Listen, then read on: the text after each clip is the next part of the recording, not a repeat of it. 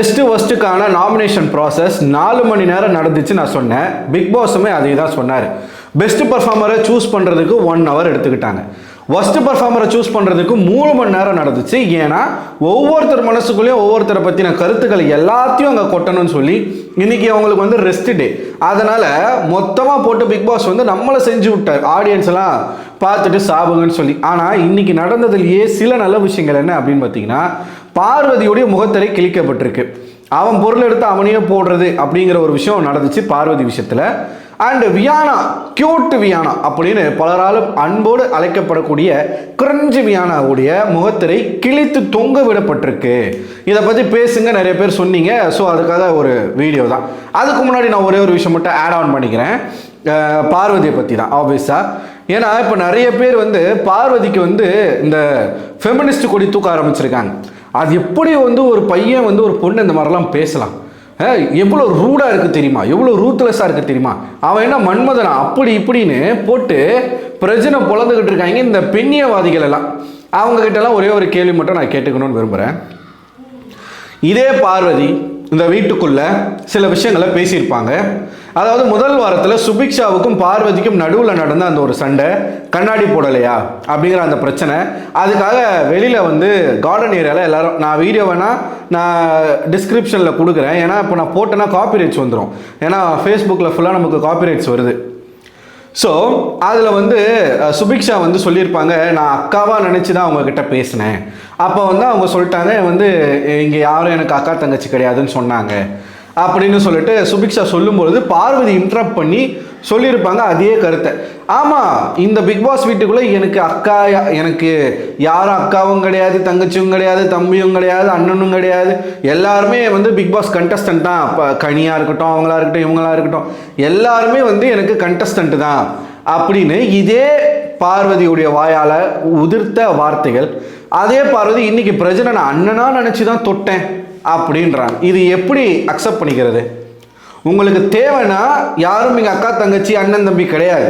உங்களுக்கு தேவை இல்லைன்னா இங்கே யாரும் அண்ணன் தங்கச்சி அக்கா தம்பி கிடையாது. உங்களுக்கு தேவைன்னா அண்ணன் தங்கச்சி அக்கா தம்பி இப்படிலாம் பேசிப்பீங்களா பார்வதி?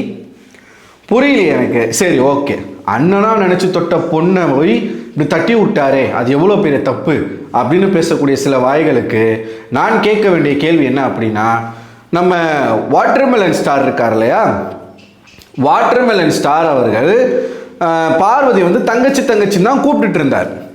எப்படி தங்கச்சி தான் கூப்பிட்டுட்டு இருந்தார். அதுக்கப்புறமா பார்வதி மேலே ஒரு கண்ணை வச்சு யாரோ கட்டிக்கிறதுக்கு நானே உன்னை கட்டிக்கிறேன் டார்லிங் செல்லம் அப்படின்னு பார்வதி கிட்ட பேசுறதுக்கு ட்ரை பண்ண.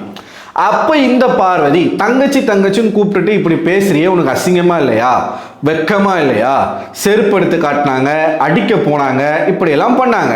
அப்படி சொன்ன பார்வதி ஒரு புதுமை பெண், பாரதி கண்ட புதுமை பெண், என்னென்னமோ பேசுறாங்க பார்வதி இல்லைன்னா ஷோவே இல்லை. ரொம்ப நேரம் எடுத்துக்க விரும்பல. அப்படிப்பட்ட பார்வதி இன்னைக்கு அண்ணன்னு சொல்ல பிரச்சனை சைட் அடிக்கிறேன்னு சொல்லலாமா? சாண்ட்ரா கிட்ட, அதுவும் அவங்க மனைவி கிட்டே போய் சொல்லலாமா? அப்போ பார்வதி சொன்ன விஷயத்த நம்ம ஃபன்னாக எடுத்துக்கணும். அவங்க ஃபன்னாக எடுத்துக்கணும் அப்படின்னா இங்கே வாட்டர்மெலன் சொன்னதையுமே நம்ம ஃபன்னாக எடுத்துக்க வேண்டிய சூழ்நிலை இருக்கு இல்லையா? வாட்டர்மெலனுக்கு ஒரு நியாயம், பார்வதிக்கு ஒரு நியாயம் கிடையாது. வாட்டர்மெலன் சொன்னது தப்புனா பார்வதி சொன்னது தப்பு. பார்வதி சொன்னது ஃபன்னுனா வாட்டர்மெலன் சொன்னதும் இங்கே ஃபன்னாகத்தான் நம்ம எடுத்துக்க முடியும். அதனால் வாட்டர்மெலனை எங்கே வச்சு பார்க்குறோமோ அதே தான் பார்வதியை வச்சு பார்க்கணும். ஆக மொத்தத்தில் கடைசியாக நான் சொல்ல விரும்புவது ஒன்றே ஒன்று தான். இதுக்கப்புறம் இந்த விஷயத்தை பற்றி நான் பேச போகிறது கிடையாது. நீ எதை விதைக்கிறாயோ அதையே நீ அறுவடை செய்வாய். பார்வதி அவர்களே, நீங்கள் எதை விதைக்கிறீர்களோ அதைத்தான் நீங்கள் அறுவடை செய்ய முடியும். ஸோ இது வந்து இதுக்கு மேலே நான் இதை பற்றி பேச விரும்பலை, உங்களுக்கு எல்லாம் புரிஞ்சிருக்கும்னு நினைக்கிறேன். ஸோ நம்ம இப்போ கிரிஞ்சு வியானாவுக்கு மூவ் பண்ணுவோம். இன்னைக்கு நாமினேஷன் ப்ராசஸ், இந்த ஒஸ்ட் பர்ஃபார்மரில் ஒரு 4 பேர் வியானா பேரை சொன்னாங்க. 4 பேரில் 3 பேர் வியானாவை போட்டு கிழிச்சு தொங்க விட்டுட்டாங்க. முக்கியமாக அதில் எஃப்ஜே சொன்ன பாயிண்ட் என்ன அப்படின்னு பார்த்தீங்கன்னா, எங்களை நாமினேட் பண்ணும்போது இதே வியானா தான் சொன்னாங்க, சிரிச்சுக்கிட்டே வேற சொன்னாங்க, அவ்வளோ சர்க்காஸ்டிக்காக சொன்னாங்க, சூப்பராக இருந்துச்சு. இதே வியானா தான் சொன்னாங்க, நீங்கள் இன்னொருத்தருடைய ஷேடோவில் இருக்கீங்க அப்படின்ட்டு. இன்னைக்கு அதே வியானா திவாகரை தன்னுடைய ஷேடோக்குள்ளே வச்சுருக்காங்க. எங்கே போனாலும் திவாகரன்னே நான் சொன்னேன் இல்லையா, அவர் போட்டிருக்க சட்டை மாப்பிள்ளை அவர் தான், அவர் போட்டிருக்க சட்டை என்னைய வரைக்கும் ரெஜிஸ்டர் பண்ணிக்கிட்டு இருக்காங்க நம்ம வியானா. அவருக்கு ஒன்றுமே தெரியாது, இருந்தாலும் அவருக்கு நான் ஒன்றா சொல்லி வேலை செய்ய வச்சேன். திவாகர் அண்ணனுக்கு நான் சொல்லி வேலை செய்ய வச்சேன். அதை பண்ணி இதை பண்ணுன்னு சொன்னால் அவர் செஞ்சார். ஆக மொத்தத்தில் திவாகருக்கு ஒன்றும் தெரியாது, அதான் பாயிண்ட்டு. சாண்ட்ரா சொன்னது அதான், அவருக்கு ஒன்றும் தெரியாது, அவரை சொல்லி வேலை வாங்க முடியாது, டாஸ்க் அவ்வளோ சீரியஸாக போய்கிட்டு இருக்கு, 24 மணி நேரம் டாஸ்க்கு, எனக்கு ஏற்ற ஆள் வேணும் அப்படின்றது தான் அவங்களோட பாயிண்ட்டு. இதைத்தான் அந்த மேடம் அவருக்கு ஒன்றுமே தெரியாது, இருந்தாலும் நான் சொல்லி செய்ய வச்சேன். ஹெச்எஃப்க்கு நான் தலையெழுத்தா அது ஒன்றா அதை வந்து போட்டு எப்ஜை வந்து கிளின்னு கிழிச்சிட்டான். அது மட்டும் இல்லாமல் வியானாவுடைய ஆக்டிங்கை போட்டு எக்ஸ்போஸ் பண்ணிட்டான். எங்ககிட்டலாம் பேசும்போது, மற்றவங்க கிட்டலாம் பேசும்போது நல்லா தான் பேசுகிறாங்க, ஆனால் எங்ககிட்ட பேசும்போது மட்டும் அச்சோ அப்படியும் இப்படியும் அது ஒரு ஒன்று பண்ண அவங்க தேங்க்யூ, அது கேவலமாக இருக்குது ஆக்சுவலாக அதை பார்க்குறதுக்கு. ஆனால் அதை க்யூட்டுன்னு நினச்சி அவங்க பண்ணிக்கிட்டு இருக்காங்க. நான் இதை எங்கே ரொம்ப அப்பட்டமாக பார்த்தேன் அப்படின்னா, உட்காருங்க, வாயை மூடிட்டு உட்காருங்க நம்ம திவ்யா சொன்னாங்க. அப்போது இவங்க நீங்கள் வந்து இப்படியெல்லாம் சொல்லக்கூடாது, வாயை பொச்சிட்டு உட்காருங்கலாம் சொல்லக்கூடாது அப்படின்னு நாங்கள் பாருங்கள். என்ன இந்த பொண்ணு திடீர்னு வேறு மாதிரி பேசுது அப்படின்ற மாதிரி தான் இருந்துச்சு. ஸோ அந்த மாதிரி ஒரு க்யூட்டான ஒரு ரியாக்ஷன் இது வியானாவே அவங்க வாயால் சொல்லிகிட்டே இருக்காங்க ஒவ்வொரு முறையும். இவங்க வந்து ஏதோ ஒரு சீசனுடைய கண்டஸ்டண்ட்டை காப்பி அடிக்கிறாங்க. ஆக்சுவலாக அதை பண்ணுறது எல்லாமே வியானா தான். வாட்டர்மெலன் ஸ்டாருக்கு வந்து நிறையா ஃபாலோவர்ஸ் இருக்காங்க. வெளியில் வியானா வாட்டர்மெலன் வீடியோ பார்த்துருக்காங்களான்னு கூட தெரியாது. ஒரு 2 லட்சம் பேர் ஃபாலோ பண்ணிட்டு இருந்தாங்க இன்ஸ்டாகிராமில், அவ்வளவுதான். என்னமோ உலக தமிழ் மக்கள் அனைத்து பேரும் வாட்டர்மெலன் ஸ்டார் ஃபேன் மாதிரி இவங்க ஒரு பக்கம். அவன் எப்படி ஒரு பெருமை பீத்திக்கிறானோ இவங்க வந்து அவனை பெருமையாக பேசிக்கிட்டு இருக்காங்க. அவங்க ஃபாலோவர்ஸ்க்காக இவங்க வந்து சண்டை போடுறாங்க. வாட்டர்மெலன் அடித்தா நம்ம வந்து வெளியில் தெரியும். அதே தான் வியானா இப்போ என்ன பண்ணுறாங்க, வாட்டர்மெலனை கூட வச்சுருந்தா நம்ம வெளியில் தெரியும். பார்வதியை ஓவர்டேக் பண்ணி வியானா குட்டின்ற ரேஞ்சுக்கு வாட்டர்மெலன் கிட்ட அன்பை சம்பாரிச்சிருக்கிறாங்க வியானா சொன்னால் நான் செய்வேன், வியானா சொன்னால் கரெக்டாக தான் இருக்கும், வியானா நில்லுன்னு நிற்பேன், உட்காருனா உட்காருவேன், அப்படி ஒரு பாண்டிங். ஓகேவா? அடுத்து நம்ம கானா வினோத், அவர் வந்து அவர் பங்குக்கு என்ன சொல்லிட்டாரு, வியானா வந்து கிரெடிட்டை ஸ்டீல் பண்ணுறாங்க. கரெக்டு. வஞ்சர மீனை வறுத்தது சாண்ட்ரா, வஞ்சர மீனை கழுவி கொடுத்தது வியானா. வஞ்சர மீன் கழுவுறது எனக்கு புரியலை, நான் ஷாக்கு. ஏண்டா உலகத்திலேயே வஞ்சர மீன் கழுவி கொடுக்கறது எவ்வளோ கஷ்டம் தெரியுமா அப்படின்னு வியானா பேசுகிறாங்க. வஞ்சர மீன் கழுவுனது யாரு? நான். கறியை கழுவுனது யாரு? இவர். கழுவி கொடுத்துட்டா கறி அதுவே சமைச்சுக்குமா? சமைச்சது யாரு? அது சாண்ட்ரா தானே. சாண்ட்ராவுக்கு கிரெடிட்டே போயிடக்கூடாது. அதே வாயால் தான் சொல்கிறாங்க பிரவீனுக்கு. நெக்ஸ்ட் வருவோம். ஸோ ஒவ்வொரு இடத்துலையும் போயிட்டு ஓவர் பர்ஃபார்மன்ஸ் பண்ணி உண்மையான கிரெடிட் யாருக்கு போகணுமோ அந்த கிரெடிட் போக விடாமல் இவங்க என்ன பண்ணுறாங்க, நான் தான் பண்ணேன் அப்படிங்கிற மாதிரியான ஒரு ப்ரொஜெக்ஷனை பண்ணிக்கிட்டு அதுக்கு ஹலோ பண்ணியிருக்காங்க சாண்ட்ரா. அது எவ்வளோ பெரிய விஷயம், கரெக்டுங்களா? அதுக்கு வந்து அவங்க ஸ்பேஸ் கொடுத்துருக்காங்க. சாண்ட்ரா தனக்கு ஸ்பேஸ் கொடுத்ததாக வியானா அவங்களோட வாயாலேயே சொல்லியிருக்காங்க. ஸோ கானா வினோத் நாங்கள் வந்து எவ்வளோ வேலை செஞ்சாலும் அவங்களே முன்னாடி போய் எல்லாமே வந்து பண்ணி அந்த கிரெடிட்டை வந்து திருடுறாங்க அப்படின்னு அவர் சொல்லும் பொழுது வியானா மூஞ்ச நீங்கள் பார்த்துருக்கணும். அப்போ அந்த க்யூட் ரியாக்ஷன் இல்லை. எதனா பாசிட்டிவாக பேசினா மட்டும் அப்படின்றது அதெல்லாம் பண்ணிக்கிட்டு இருக்காங்க. ஒரு பக்கம் அவங்க கானா வினோத் பங்குக்கு செஞ்சார் இவர் பிரவீன் வந்து அவர் பங்குக்கு அவர் என்ன சொல்லிட்டாருன்னா, வியானா வந்து தனக்கான ஒரு ஸ்கோப் இல்லை அப்படின்னு தெரிஞ்ச உடனே அந்த இடத்துல இருந்து குவிட் பண்ணிட்டு போயிட்டாங்க.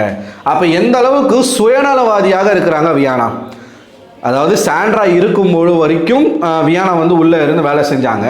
சாண்ட்ரா போயிட்டு அடுத்து வந்து கனி அவர்கள் உள்ளே வராங்கன்னு தெரிஞ்ச உடனே அந்த இடத்துல தனக்கான ஸ்கோப் இருக்காது அப்படின்னு புரிஞ்சுக்கிட்ட வியானா வாட்டர்மெலன் வெளியில் போனவுடனே வாட்டர்மெலனோட சேர்ந்து நானும் போகிறேன். வாட்டர்மெலனுக்கு நீனா நான் வாழா, வாட்டர்மெலன் போனால் பின்னாடியே போயிடணுமா, வாட்டர்மெலனுக்காக தான் வந்திருக்கியா, இதை தான் கேட்குறாங்க எல்லாருமே. அவர் போகிறாருன்னா அவர் பிரச்சனை, அவர் போட்டோம், நீ எதுக்கு கூடவே போகிற, ஏன் போகிறேன்னா ஸ்கோப் இல்லை உனக்கு. அதுக்கு தான் உடனே அசிங்கப்படுத்திட்டாங்க, என்ன அவமானப்படுத்திட்டாங்க, அவங்கள நீங்கள் அப்படியே போயிடும் போல திரும்ப போடுறீங்க. என்னங்க ஏங்க இப்படிலாம் நடிக்கலாம், ஏக்கர் கணக்கெல்லாம் நடிக்கக்கூடாது. இதை பார்த்துட்டு யாரும் வாய்ப்பு கொடுக்க மாட்டாங்க வியானா, இதை பார்த்துட்டு யாரும் வாய்ப்பு கொடுக்க மாட்டாங்க. அப்படி உண்மையாகவே இருந்த ஓவியாவே இல்லை இப்போ ஃபீல்டில்.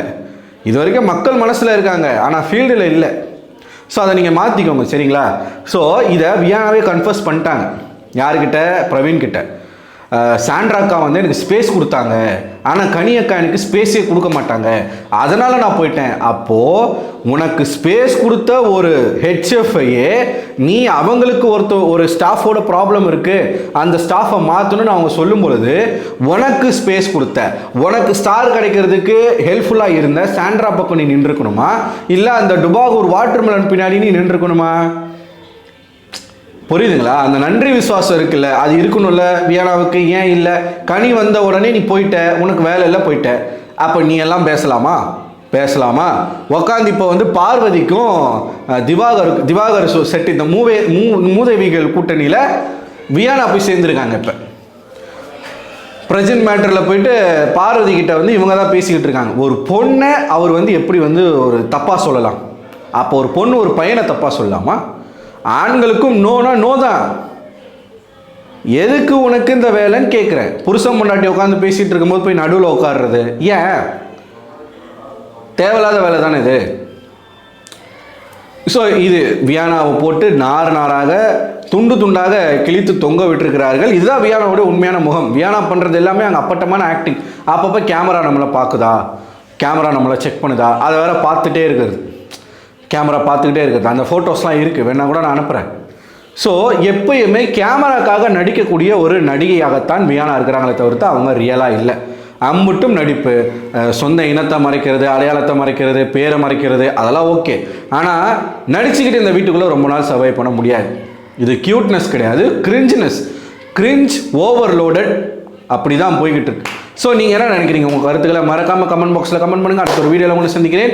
இந்த வீடியோ பிடிச்சிருந்தா இந்த வீடியோ லைக் பண்ணுங்கள், உங்கள் நண்பர்களுக்கும் ஷேர் பண்ணுங்கள், ஹைப் பண்ணுங்கள், முடிஞ்சால் சேனலை சப்ஸ்கிரைப் பண்ணலைன்னா சப்ஸ்கிரைப் பண்ணுங்கள். அடுத்த வீடியோவில் உங்களை சந்திக்கிறேன். அதுவரை உங்களோட விடைபெறுவது நான் அரவிந்தன்.